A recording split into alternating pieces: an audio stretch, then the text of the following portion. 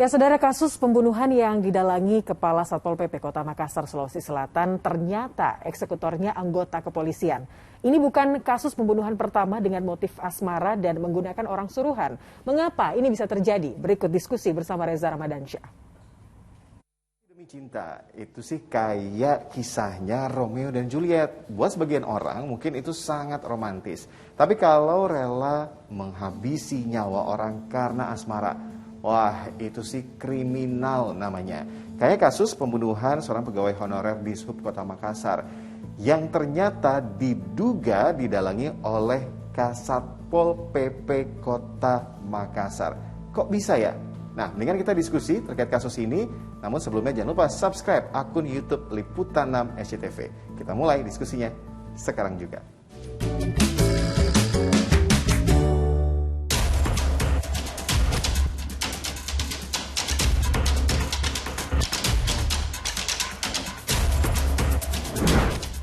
Polisi akhirnya mengungkap kasus pembunuhan seorang pegawai honorer di Sub Makassar yang terjadi 3 April lalu.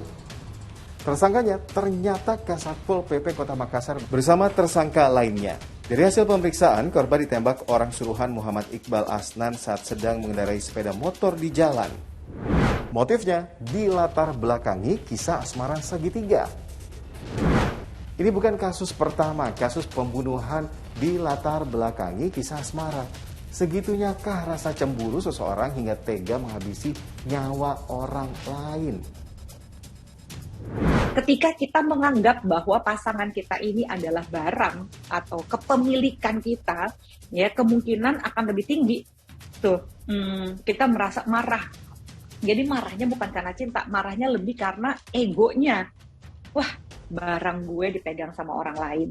Ya, misalnya apalagi kalau dia merasa gitu ya si pasangannya ini gitu itu didapetinnya susah atau dia mengeluarkan banyak uang gitu ya misalnya untuk menjalani relationship-nya ini, jadi cost-nya itu udah banyak gitu ya, terus dia merasa sesuatu yang cost-nya mahal atau high maintenance gitu, itu bisa memperburuk emosi ketika itu dimiliki oleh orang lain. Apalagi kalau dia merasa self-entitlement gitu, berasa bahwa saya yang harusnya menjadi pemilik yang sah atau saya yang harusnya sepenuhnya berhak atas individu ini. Nah kadang-kadang individunya ini sendiri juga nggak berhak atas dirinya dia dan pilihannya dia gitu ya dengan orang seperti ini. Jadi yang sebenarnya harus diketahui dari kasus ini, bagaimana si orang ini memperlakukan si pasangannya ini sebelumnya. Kalau pasangannya sendiri nggak bisa bergerak banyak gitu, apa-apa dia harus benar-benar seperti yang barang kepemilikan gitu ya, dia nggak punya hak atas dirinya, keputusannya.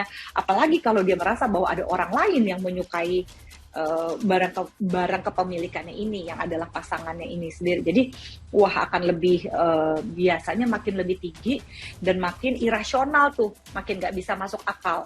Karena dia sudah mencintai atau memiliki hubungan yang pada dasarnya juga sudah irasional. Selain masalah asmara, fakta lain yang terungkap adalah Iqbal gunakan orang suruhan dengan menggunakan senjata api. Polisi bilang senjata api yang digunakan jenis revolver.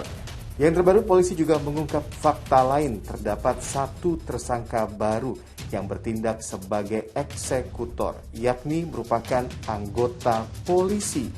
Pelaku yang perannya sebagai eksekutor, kita akan sampaikan bahwa ini merupakan anggota kita, ya, oknum anggota Polri. Lagi-lagi ini bukan kasus pertama, banyak kasus pembunuhan yang menggunakan jasa orang lain.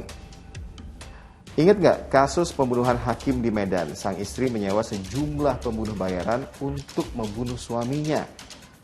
Emang ada ya organisasi pembunuh bayaran di Indonesia? Atau ya memang random membayar orang lain saja untuk membunuh?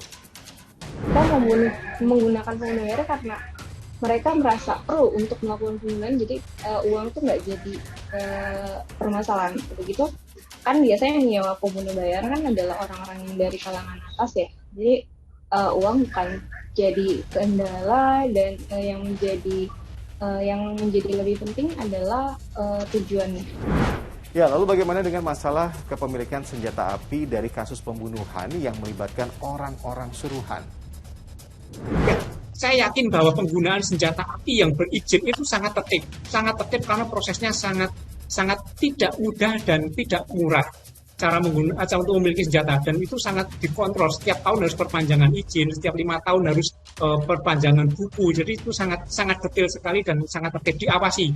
Semua di Intel akan mengawasi siapa penggunanya, terhitung, dan orangnya siapa saja jelas. Tetapi senjata yang ilegal ini atau orang yang menggunakan senjata replika ini yang sangat berbahaya. Mereka tidak terawasi, mereka senjata ilegal, dan pasti kalau namanya ilegal ya untuk kepentingan yang aneh-aneh, yang kepentingan yang negatif, ini yang harus ditertibkan.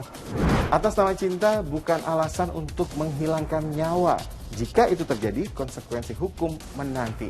Selain itu, penegakan dan aturan hukum terkait kepemilikan senjata api harus terus dilakukan, jangan sampai nanti disalahgunakan.